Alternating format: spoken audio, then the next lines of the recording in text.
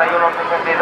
Segundo, Alejandro Ríos Fiesta, Atlético Lugones 53-79. Tercero, Álvaro Herrero González de la Santina Vido 54-17. Segunda serie, primero Javier Muñoz Isla, en Alón 58-91. Tercera serie, primero Pelayo Vázquez Trabajo, Kiko Atlético 53-91. Segundo, Nicolás Álvarez Menéndez, Azteca Avilecina 55-59. Cuarta serie, primero David Porto Vergara, Estadio Gijón 54-33. Segundo, Miguel González García del Estadio Gijón 55-12. Tercero, Istan Porras Ortega Vilés Atletismo 55-29. Cuarto, Daniel González García del Estadio Gijón 57-22.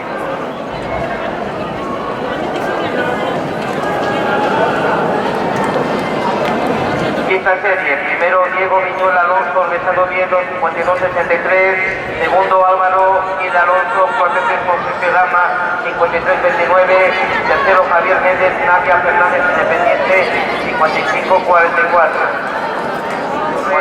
La Covadonga 59-40. Segunda, Nuria Valle Rodríguez Atlética Vilecina 1-05-94. Tercera, Belén Alonso Atlético Atlético 59-97. Segunda, Irene Uragoro Álvarez de Oviedo 1-02-53 con 1-02-94. Tercera serie, primera, Bárbara Campos García Playas de Castellón 58, Fernanda Unión de León 1-04-74.